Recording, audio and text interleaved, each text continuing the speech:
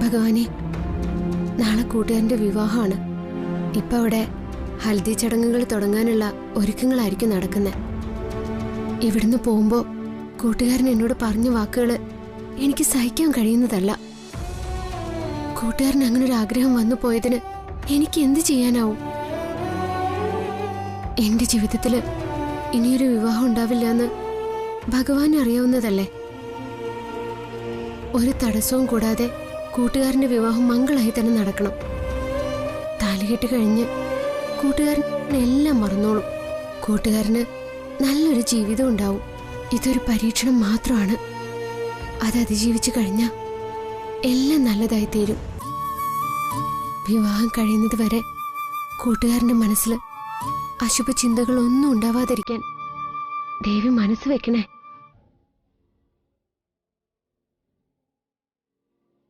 അമ്മു,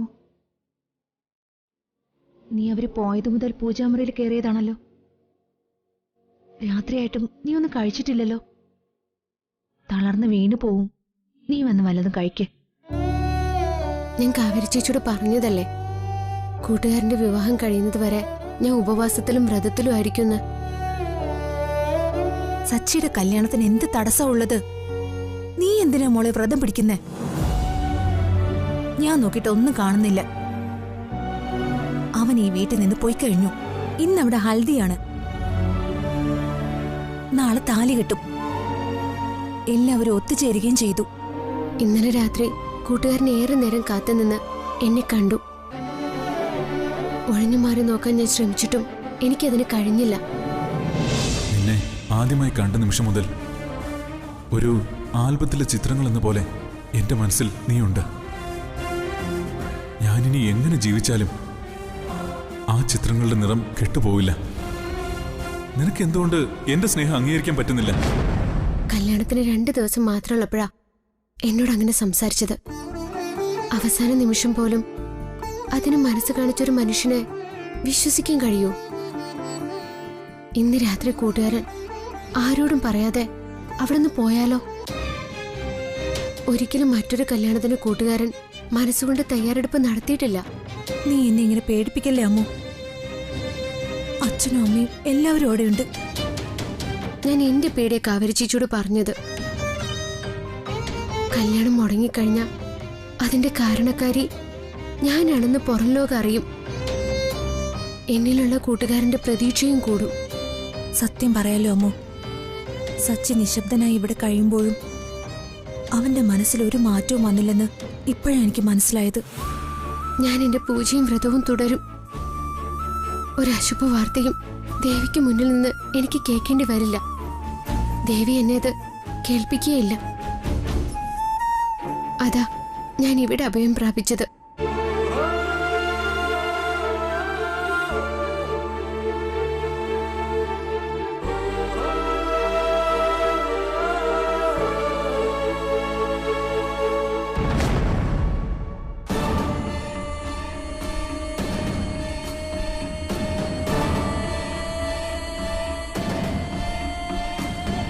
വലിയച്ചൊന്നും കഴിക്കുന്നത് കണ്ടില്ല.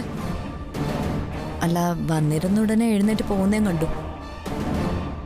ഭക്ഷണം കഴിക്കാനും വേണ്ടേ ഒരു മാനസികാവസ്ഥ? ശ്രീകുട്ടി ഇല്ലാഞ്ഞിട്ടാണോ? അവളിപ്പോ അവളുടെ ഫ്രണ്ട്സിനോടൊപ്പം എൻജോയ് ചെയ്യുന്നുണ്ടാവും. മെഹന്തിയല്ലേ നടക്കുന്നത്. വെളുക്കോളം ആഘോഷം എന്നൊക്കെയാ കേട്ടത്. ഞാൻ ഓർക്കുകയായിരുന്നു എത്ര പെട്ടെന്നാ സച്ചിയുടെ വിവാഹം നടക്കുന്നേന്ന്. അവനിവിടെ വന്ന് കുറച്ചു കാലം കഴിയുന്നതിന് മുമ്പ് വിവാഹമായി. നമ്മളൊരു വിവാഹം നിശ്ചയിച്ചുറപ്പിച്ച് തീയതിയും കുറിച്ച് അത് മാറ്റിയും വെച്ചു. ഇവിടെ ആരാ അതിനൊരു താല്പര്യം കാണിക്കുന്നത്? സഞ്ജുവിന്റെ കല്യാണം കഴിഞ്ഞു എന്ന ചിന്താഗതിയല്ലേ ശ്രീദേവിക്കും അച്ഛനും ഉള്ളത്. അമ്മ മാത്രം അത് പറഞ്ഞുകൊണ്ടിരിക്കും. അച്ഛൻ അത് കേട്ടതായിട്ട് പോലും ഭാവിക്കില്ല. സ്വന്തം വീട്ടിലെ കല്യാണം നടത്താനല്ല ഇവിടെ ഉള്ളവർ ഉത്സാഹിക്കുന്നത്. മറ്റൊരു വീട്ടിലെ പയ്യന്റെ കല്യാണം എത്രയും വേഗം നടന്നു കാണണമെന്ന് ഇവിടെ ഉള്ളവർ ആഗ്രഹിക്കുന്നു. സത്യത്തിൽ സച്ചിയുടെ വീട്ടുകാരെക്കാൾ ഇക്കാര്യത്തിൽ തിടുക്കം കൂട്ടുന്നത് മംഗലശ്ശേരിയിലുള്ളവരാ. കല്യാണപ്പുടവ എടുക്കലും താലിമാല വാങ്ങലും ഒക്കെ കാണുമ്പോ വല്ലാത്തൊരു നിരാശ എനിക്ക്. സഞ്ജുവിന് വേണ്ടി ഈ വീട്ടിലുള്ളവർ ചെയ്യേണ്ട കാര്യങ്ങളാ മറ്റൊരു വീട്ടിലെ പയ്യന് വേണ്ടി ഇവിടെ ഉള്ളവർ ഉത്സാഹിക്കുന്നതെന്ന് ഓർക്കുമ്പോ എനിക്ക് സഹിക്കാൻ പറ്റുന്നില്ല. അച്ഛനും ശ്രീദേവി ഒരു അന്യ പയ്യനു വേണ്ടി ഇത്രയൊക്കെ ചെയ്ത നിലയ്ക്ക് അവന്റെ കല്യാണം കഴിഞ്ഞ് അവരെ മംഗലശ്ശേരിയിലേക്ക് കൊണ്ടുവരേണ്ടതായിരുന്നു. കുടുംബത്തിൽ ഒരു കല്യാണം നടത്തിയതിന്റെ ചാരിതാർത്ഥ്യമെങ്കിലും ഉണ്ടായേനെ. സച്ചിയോ അതിന് തയ്യാറായേനെ. അവന്റെ വീട്ടുകാരതിന് സമ്മതിക്കാഞ്ഞിട്ടല്ലേ? അല്ലാതെ ഇവിടെയുള്ളവർക്ക് എന്ത് തടസ്സോ കവിത ഉള്ളത്? ഇവിടെ ആരെങ്കിലും കുട്ടികളുടെ കല്യാണക്കാര്യം പറയുന്നത് കേൾക്കുന്നുണ്ടോ? നമ്മൾ കല്യാണക്കുറിയോ അടിച്ച ആൾക്കാരെയും ക്ഷണിച്ച് വിവാഹം മാറ്റിവെച്ചതാണെന്ന വിചാരം പോലും ആർക്കും ഇല്ല. സഞ്ജുവും ശ്രീകുട്ടിയും ഇവിടെ ഉണ്ടല്ലോ എന്ന മട്ട എല്ലാവർക്കും. പ്രഭയുടെ ഭാഗത്തെ വീഴ്ച തന്നെ. ഒരാൾ അങ്ങനെ ചിന്തിച്ച മറ്റുള്ളവർക്കും അഭിപ്രായങ്ങളുണ്ടാവില്ലേ? അച്ഛൻ ഉത്തരവാദിത്തം കാണിക്കാൻ പഠിച്ച മുതിർന്നവർ അത് തിരുത്തുക വേണ്ടത്. പ്രഭയെ പ്രതിസ്ഥാനത്ത് നിർത്തുമ്പോഴും അച്ഛൻ കാണിച്ച മൗനമായി എനിക്ക് മറക്കാൻ പറ്റാത്തത്. ഇരുമനസ്സിലെ പ്രഭ നിന്നത്. പോകുന്നില്ല എന്ന് വരെ പ്രഭ പറഞ്ഞതാ. ചുരുക്കത്തിൽ ചെറുക്കനും പെണ്ണും ഒരു വീട്ടിലും ആയി. ഇനി എന്ത് കല്യാണമെന്ന് കരുതിയിട്ടല്ലേ ഒരു റിസപ്ഷൻ മതിയെന്ന് ശ്രീദേവി അച്ഛനെ കൊണ്ട് പറയിപ്പിച്ചത്.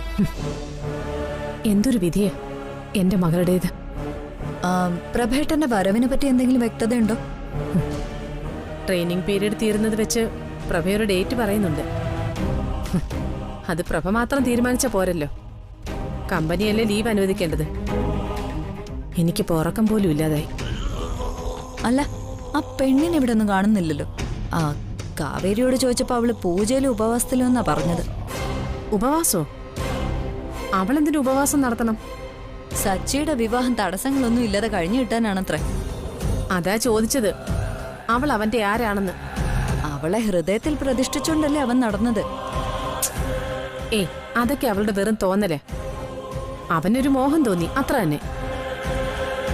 കല്യാണം കഴിഞ്ഞ അവൻ ആ പെണ്ണിന്റെ കൂടെ ജീവിക്കും. ഇവള് ഭജന പാടി ദൈവങ്ങളെ ഇളക്കിയിട്ട് വല്ല കാര്യമുണ്ടോ? ആ, നീ പോയി കിടക്ക്.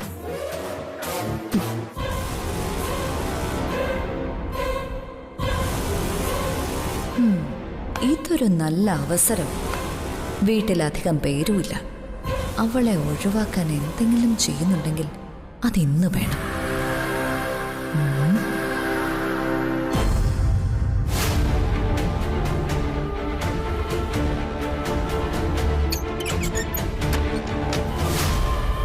അമ്മ ഉറങ്ങിയോ?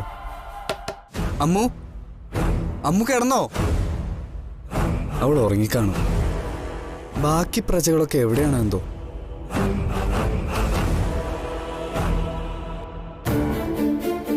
ആ അമ്മു, ഞാൻ കരുതി നീ ഉറങ്ങിക്കാണോന്ന്. ഞാൻ പൂജാമുറിയിലായിരുന്നു രാജേട്ടാ. ഈ നേരം വരെ അമ്മ പൂജാമുറിയിൽ എന്ത് ചെയ്യുക? രാവിലെ മുതല് ഞാൻ ഉപവാസത്തിലും വ്രതത്തിലുമാ. അപ്പൊ അമ്മ ഇന്നൊന്നും കഴിച്ചില്ലേ? മുഖത്ത് നല്ല ക്ഷീണമുണ്ടല്ലോ. ഒന്നും കഴിച്ചില്ല. എന്തിനാ അമ്മ വ്രതം പിടിക്കുന്നത്? എനിക്കൊരു പ്രാർത്ഥന മാത്രമേ ഉള്ളൂ. കൂട്ടുകാരന്റെ വിവാഹം നിശ്ചയിച്ച മുഹൂർത്തത്തില് തടസ്സങ്ങളൊന്നുമില്ലാതെ നടക്കണം. അതിനുവേണ്ടിയാ എന്റെ പൂജയും വ്രതവും. ആ കല്യാണം മംഗളായിട്ട് നടക്കേണ്ടത് എന്റെ ആവശ്യമാണെന്ന് രാജുവേട്ടൻ അറിയില്ലേ? രാജുവേട്ടൻ രാവിലെ എപ്പോഴാ കല്യാണത്തിന് പോണേ? എനിക്ക് നാളെ രാവിലെ ക്ഷേത്രത്തിലൊന്ന് പോണം. കൂട്ടുകാരന്റെ കല്യാണ മുഹൂർത്തം കഴിയണത് വരെ അവിടെ ഇരുന്ന് ദേവിയെ ഭജിക്കണം. മുഹൂർത്തം കഴിഞ്ഞിട്ട് ഞാൻ തിരിച്ചു വരൂ. എന്നോട് രാവിലെ എത്തണമെന്നാ സഞ്ജു പറഞ്ഞത്. ഞാനിവിടെ നിന്ന് അതിരാവിലെ പോവും. രാജുവേട്ടൻ സന്തോഷത്തോടെ പോയി കൂട്ടുകാരന്റെ കല്യാണത്തിൽ പങ്കെടുത്തിട്ട് വാ. രാത്രിയിലെ പൂജയും പ്രാർത്ഥനയൊക്കെ മതി. അമ്മ പോയി കിടക്ക്, അല്ലെങ്കിൽ തളർന്നു വീഴും. മനസ്സിൽ ദൈവത്തെ ഭജിച്ചു കഴിഞ്ഞാൽ തളർച്ചയും ക്ഷീണവും ഒന്നും ഉണ്ടാവില്ല. രാജുവേട്ടൻ പോയി കിടന്നുറങ്ങ്. അതിരാവിലെ പോകാനുള്ളതല്ലേ. വെളുക്കോളം പൂജാമുറിയിൽ കഴിച്ചു കൂട്ടരുത്, കേട്ടല്ലോ?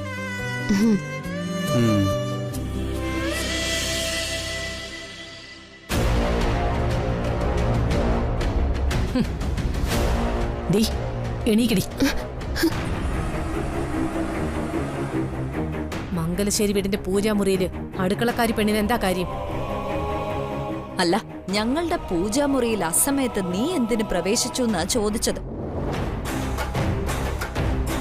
നിന്റെ മട്ടും ഭാവമൊക്കെ കണ്ട നീ ഇവിടുത്തെ കുടുംബാംഗാണെന്ന് തോന്നുമല്ലോ. ശ്രീദേവിയും ശ്രീകുട്ടിയും തന്ന സ്വാതന്ത്ര്യത്തിന്റെ പുറത്ത് എന്തു ആവാന്ന് നീ കരുതിയോ? ഉറങ്ങേണ്ട സമയത്ത് നീ എന്തിനാ ഇവിടെ ഇരിക്കുന്നെന്ന് പറ. എനിക്കതറിയണം.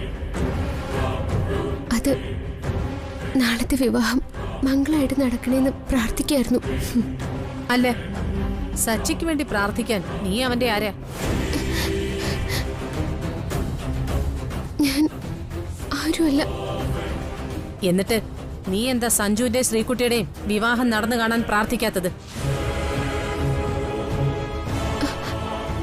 ചേച്ചിയുടെ അമ്മ അങ്ങനെ പറയരുത്. ഞാൻ എന്നും പ്രാർത്ഥിക്കുന്നുണ്ട്. പ്രാർത്ഥിച്ച് കാര്യസിദ്ധി വരുത്താൻ നീ ആരാടി? വിശുദ്ധ പട്ടം കിട്ടിയവളോ? എന്റെ മകൾക്കൊരു ജീവിതം ഉണ്ടായി കാണാൻ നീ കാരണം സാധിക്കുമെന്ന് എനിക്ക് തോന്നുന്നില്ലേ? നീ എന്ന് എന്റെ വീട്ടിലേക്ക് വന്നോ അന്ന് തകർന്നു പോയത് എന്റെ മനസ്സമാധാനം. എന്റെ മകള് മാനസികമായി എന്നിൽ നിന്നകന്നു. ഞങ്ങൾക്കിടയിൽ വിള്ളലുണ്ടാക്കിയത് അവൾ അനിയത്തിയെന്ന് സ്വയം അവരോധിച്ചുകൊണ്ട് നടക്കുന്ന നീയാ. അത് നിനക്ക് നന്നായിട്ടറിയാം. നീയോ? നിന്റെ കഴുത്തിൽ ഒരു താലിയുണ്ട്. നീ നിന്റെ ഭർത്താവിന് വേണ്ടി ലക്ഷ്മി പൂജ ചെയ്യുന്നു. മുടങ്ങാതെ ക്ഷേത്രത്തിൽ പോയി പൂജകളും അവന് വേണ്ടി വഴിപാടുകളും നേരുന്നു. അവനെ ഒളിച്ചും പതുങ്ങിയും കാണുക മാത്രമല്ല, പല രാത്രികളിൽ നിങ്ങൾ ഒന്നിച്ച് കഴിഞ്ഞിട്ടുമുണ്ട്. എന്റെ മോള് നിന്നോട് കാണിക്കുന്ന ആത്മാർത്ഥതയുടെ 100-ൽ1 അംശം നീ അവളോട് കാണിച്ചിട്ടുണ്ടോ? ഉണ്ടോന്ന് നീ നെഞ്ചിൽ കൈവച്ച് പറ. കള്ളക്കണ്ണീര് കാണിച്ച് അവളുടെ ചോദ്യങ്ങൾക്ക് ഉത്തരം മുട്ടിച്ച് നീ രക്ഷപ്പെടുക. നിന്റെ കഴുത്തിൽ താലി കെട്ടിയവന്റെ പേര് ശ്രീകുട്ടിയോട് പോലും പറയാൻ മടിക്കുന്ന നിനക്ക് എന്ത് ആത്മാർത്ഥതയുള്ളത്? അല്ല, നീ എന്തിനത് അവളിൽ നിന്ന് മറക്കണം? കള്ളിയെന്നല്ലാതെ നിന്നെ മറ്റെന്ത് പേരിട്ടാ വിളിക്കേണ്ടത്? കള്ളിയല്ല, പെരുങ്കള്ളി. നീ ഒന്നുമില്ലാത്തവളൊന്നുമല്ല, അനാഥയും അല്ല. എന്നിട്ടും നീ എന്തിനാടി ഇവിടെ കടിച്ചു തൂങ്ങുന്നത്? എനിക്ക് മനസ്സിലാവാത്തത് അതാ. ഞങ്ങൾക്ക് നിന്നോടുള്ള വെറുപ്പ് നിനക്ക് നന്നായിട്ടറിയാം. കോടികളുടെ സമ്പത്തുണ്ടെന്ന് പറയുന്നവൾ അടുക്കളപ്പണി ചെയ്ത് ജീവിക്കാൻ മാത്രം മണ്ടിയാണോ? നീ ഇവിടെ പിടിച്ചു നിൽക്കുന്നത് നിനക്കെന്തോ ഉദ്ദേശമുള്ളതുകൊണ്ടാ. ഞങ്ങൾക്കത് വ്യക്തമായിട്ടറിയാം. നീ ശ്രീകുട്ടിയെ ടാർഗറ്റ് ചെയ്തിട്ടാണ് അവളുടെ ഒപ്പം കൂടിയത്. ഒരുപക്ഷെ അതിനു പിന്നിൽ നിന്റെ ഭർത്താവെന്ന് പറയുന്ന ഒരുത്തന് പങ്കുണ്ട്. അങ്ങനെയൊന്നും പറയില്ലേ കവിതേച്ചി. വേണ്ടടി, ഇനി നിന്റെ അഭിനയൊന്നും വില പോവില്ല. ശ്രീകുട്ടിയെ വിട്ടൊഴിഞ്ഞ് നീ പോയേ പറ്റൂ. അതിനൊരു തീരുമാനം ഉണ്ടാക്കാനാ ഞങ്ങൾ വന്നത്. നിന്നെ ചൊല്ലി മാത്രമാണ് ശ്രീകുട്ടി എന്നോട് മറ്റുള്ളവരോട് മഴക്കിടുന്നത്. നിനക്ക് എന്താ വേണ്ടെന്നൊന്ന് പറ. എനിക്ക് കഴിയുന്നതാണെങ്കിൽ ഞാൻ സാധിച്ചു തരാം. പക്ഷേ ഇനി നിന്നെ കൊണ്ടുള്ള ഉപദ്രവം എനിക്ക് സഹിക്കാൻ വയ്യ. അതിന്റെ എല്ലാ പരിധികളും വിട്ടുകഴിഞ്ഞു. ഇനിയും ശ്രീകുട്ടിയെ വിട്ടുപോവാനല്ല നിന്റെ തീരുമാനമെങ്കിൽ നിന്നെ ഇല്ലാതാക്കി കളയാതെ എനിക്ക് വേറെ വഴിയില്ലേ. ദൈവങ്ങളെ സാക്ഷി നിർത്തിയാ ഞാനിത് പറയുന്നത്. നീ എത്ര ഭജിച്ചാലും നീ ഒരു അപശകുനം ബാധിച്ച പെണ്ണാണെന്ന് ഈ ദൈവങ്ങൾക്കും അറിയാം. ഞാനത് നേരത്തെ മനസ്സിലാക്കിയതാ. ശ്രീകുട്ടിയുടെ എൻഗേജ്മെന്റിന് നിന്നെ അകറ്റി നിർത്തിയതുകൊണ്ട് മാത്രമാ അത് നടന്നത്. നീ കൂടുണ്ടായിരുന്നെങ്കിലേ അത് മുടങ്ങിപ്പോവായിരുന്നു. മുഹൂർത്തത്തിന് ഏതാനും ദിവസങ്ങൾ മാത്രം ഉള്ളപ്പോ എന്റെ മകളുടെ വിവാഹം മാറ്റിവെക്കാനുള്ള കാരണം അവളോടൊപ്പമുള്ള നിന്റെ സംസർഗമാ. ഞാനത് ഉറപ്പിച്ചു പറയേ. നീ ശ്രീകുട്ടിക്ക് ഒപ്പമുള്ള കാലത്തോളം ശ്രീകുട്ടിയുടെ സഞ്ജുവിന്റെ വിവാഹം നടന്നു കാണാനുള്ള ഭാഗ്യം എനിക്കോ ഈ വീട്ടുകാർക്കോ ഉണ്ടാവില്ല.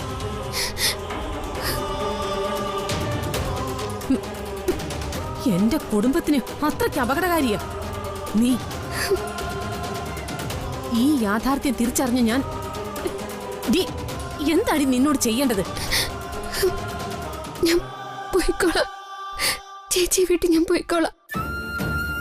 നീ പോയ ശ്രീകുട്ടി നിന്നെ തേടി പിടിച്ചു കൊണ്ടുവരുമെന്ന് നിനക്കറിയാലോ. അതിന്റെ വഴി വല്യേച്ചി ഞാനും കേൾക്കേണ്ടി വരും. ഡി എനിക്കറിയാം ഇനി എന്ത് വേണമെന്ന് എനിക്കറിയാം. നീ സച്ചിയുടെ കല്യാണം മംഗളമായി നടന്നു കാണാനല്ലേ പ്രാർത്ഥനയുമായിരുന്ന് നേരം വെളുപ്പിക്കുന്നത്? ഡി നാളെ ആ കല്യാണം നടക്കില്ലേ? കാഞ്ചനെ അത് നടത്തില്ലേ?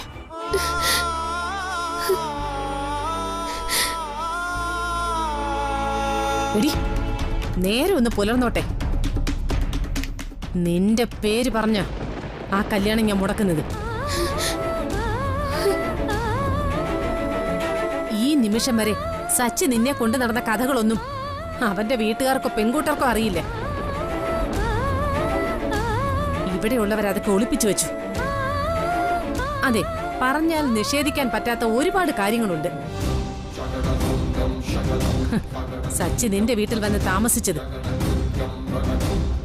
നിന്നെ കൊണ്ട് പല സ്ഥലങ്ങളിലും പോയത്, നിന്നെ കിട്ടില്ലെന്ന് മനസ്സിലാക്കി ആത്മഹത്യക്ക് ശ്രമിച്ചത്, കല്യാണം ഉറപ്പിച്ചിട്ടും നിന്നെ വിട്ടുപിരിയാൻ കഴിയാതെ ഈ വീട്ടിൽ കഴിഞ്ഞത്, അങ്ങനെയുള്ള സത്യങ്ങൾ എന്തല്ല. മേമ്പൊടിയായി കഥകൾ പറഞ്ഞുണ്ടാക്കാനാണോ പ്രയാസം? അങ്ങനെയൊന്നും സംഭവിച്ചിട്ടില്ലെന്ന് വിശ്വസിക്കാൻ മണ്ടരൊന്നും അല്ല ഞങ്ങള്. എല്ലാവരും ഉറങ്ങിക്കഴിഞ്ഞാൽ എന്തെല്ലാം നടക്കുന്നു. സച്ചിയുടെ ജീവിതത്തിലേക്ക് ആത്മാഭിമാനമുള്ള ഒരു പെണ്ണും കടന്നു വരില്ലേ? അവൻ വന്ന് നിന്നെ വിളിച്ചിറക്കിക്കൊണ്ട് പോട്ടെ. ഓ, എനിക്ക് നിന്നെ കൊണ്ടുള്ള ഉപദ്രവം ഒന്ന് തീർന്നു കിട്ടിയാ മതി. നീ കാത്തിരുന്നു. നാളെ വിവാഹ മണ്ഡപത്തിൽ കേൾക്കാൻ പോകുന്ന പേര് നിന്റേതായിരിക്കും. മറഞ്ഞിരിക്കുന്ന നിന്റെ ഭർത്താവും പുറത്തു വരും. ഞാൻ ഈ ആയുധമെടുത്ത് വീശിയില്ലെങ്കിലേ കാഞ്ചന എന്നെ പേര് ഞാൻ മാറ്റും.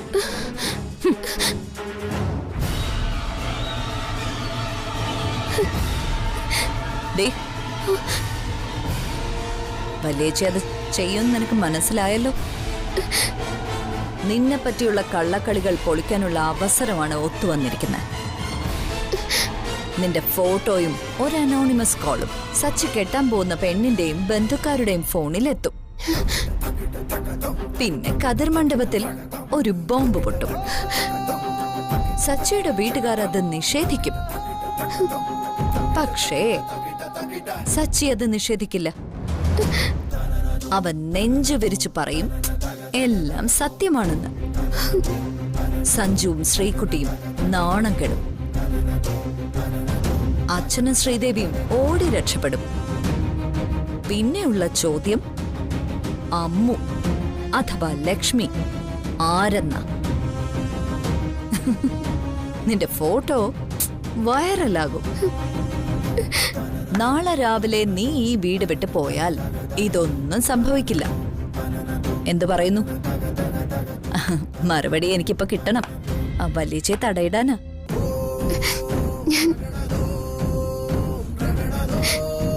ഞാൻ നാളെ ഈ വീട്ടിലുണ്ടാവില്ല. ചേച്ചിയുടെ കണ്ണിപ്പെടാതെ ഇനിയുള്ള കാലം ഞാൻ ജീവിച്ചോളാം. ഉറപ്പാണോ? ഈ ദൈവങ്ങളാണ് ഈ സത്യം. നാളെ ഞാൻ ഈ വീട്ടിലുണ്ടാവില്ല.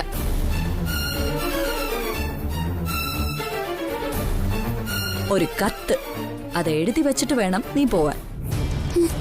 രാവിലെ എഴുന്നേറ്റാലുടൻ നിന്നെ തേടി ഞാൻ വരും. പിന്നീട് ഒരു ടോക്സും നമ്മൾ തമ്മിൽ ഉണ്ടാവില്ല.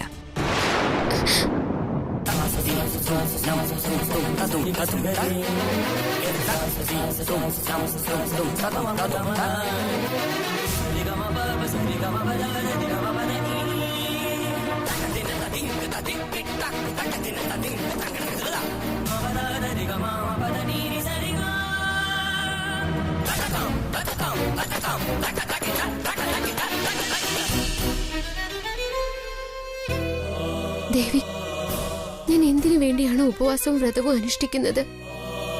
അതെല്ലാം സഫലമാവണമെങ്കിൽ ഞാൻ ഈ വീട് വിട്ടു പോണം. അതിനുള്ള സമയം ഒരുപക്ഷെ ഇതായിരിക്കും. ഞാൻ ഈ വീട്ടിൽ നിൽക്കാൻ പാടില്ല. ദേവി തന്നെ അതെന്നോട് പറയുന്നുണ്ട്.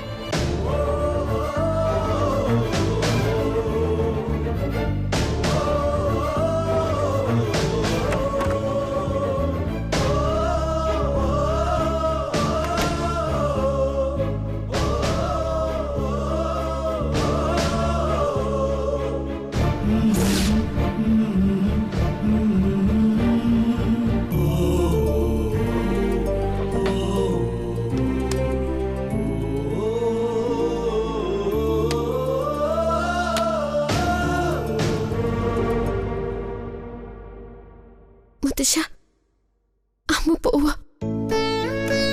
മുത്തശ്ശനും മുത്തശ്ശിക്കുള്ള മരുന്നുകളെല്ലാം ഞാൻ എടുത്തു വെച്ചിട്ടുണ്ട്. ഇനി മുത്തശ്ശന്റെ കാര്യങ്ങള് മുത്തശ്ശി ശ്രദ്ധിച്ചോളൂ.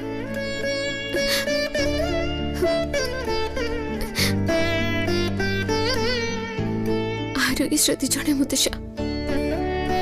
നടക്കുന്ന കാര്യമില്ലെന്നറിയാമെങ്കിലും എന്നും മുത്തശ്ശനെ പരിചരിക്കണമെന്ന് ഒരുപാട് ആഗ്രഹിച്ചവളാ ഞാൻ. മുത്തശ്ശന് അമ്മ അന്യല്ലെന്ന് എനിക്കറിയാം. ഒരിക്കല് 3 കൊച്ചുമക്കളാ എനിക്കെന്ന് മുത്തശ്ശൻ അരികിൽ നിർത്തി പറഞ്ഞത് ഞാൻ ഇന്നും ഓർക്കും.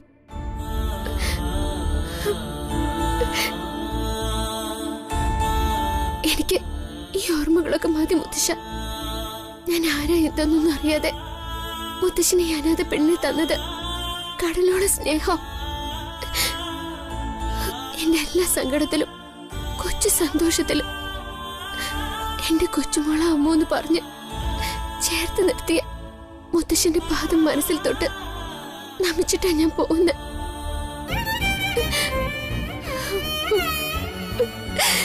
പോവാൻ മുത്തശ്ശൻ എന്നെ അനുവദിക്കണം.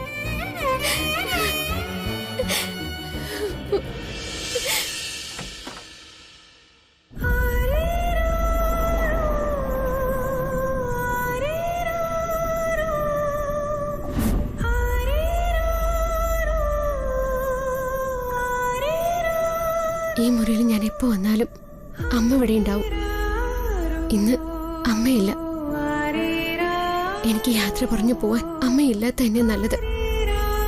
അല്ലെങ്കിൽ അമ്മ ഓർക്കില്ലേ അമ്മ എന്നോടൊരു വാക്ക് പറയാതെ പോയല്ലോ എന്ന്.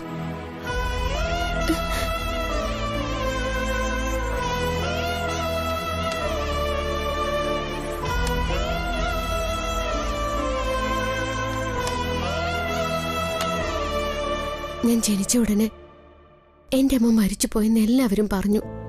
പക്ഷെ എന്റെ അമ്മ മരിച്ചു പോയിട്ടില്ലെന്നും എന്നെ വിട്ടുപോയിട്ടില്ലെന്നും ഞാൻ അറിഞ്ഞത് ഇവിടെ വന്നപ്പോഴാ. എന്റെ അമ്മയെ ഞാൻ ഇവിടെ കണ്ടു.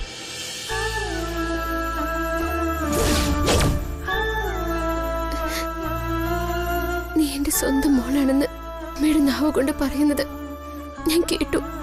നിന്നെ കണ്ടപ്പോഴേ തോന്നിയതാ നീ ഞാനും തമ്മിൽ എന്തോ ആത്മബന്ധം ഉണ്ടെന്ന്.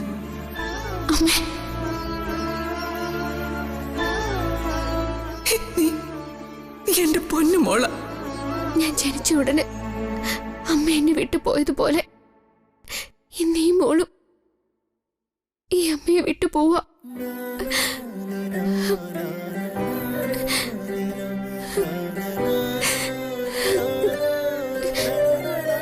ഒരുമിച്ച് ജീവിക്കാനുള്ള വിധിയല്ല ഈ അമ്മയ്ക്കും മോൾക്കും ഉള്ളത്.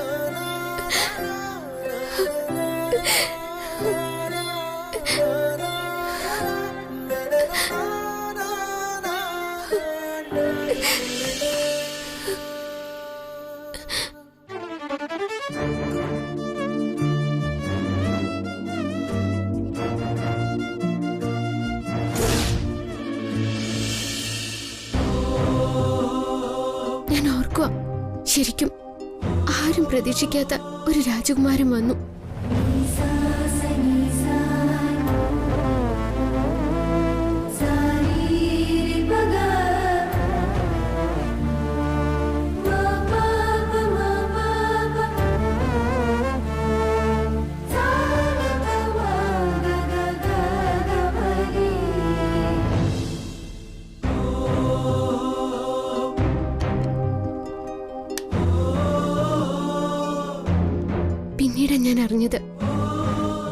ചേച്ചിയുടെ രാജകുമാരനെ നിങ്ങളെന്ന്.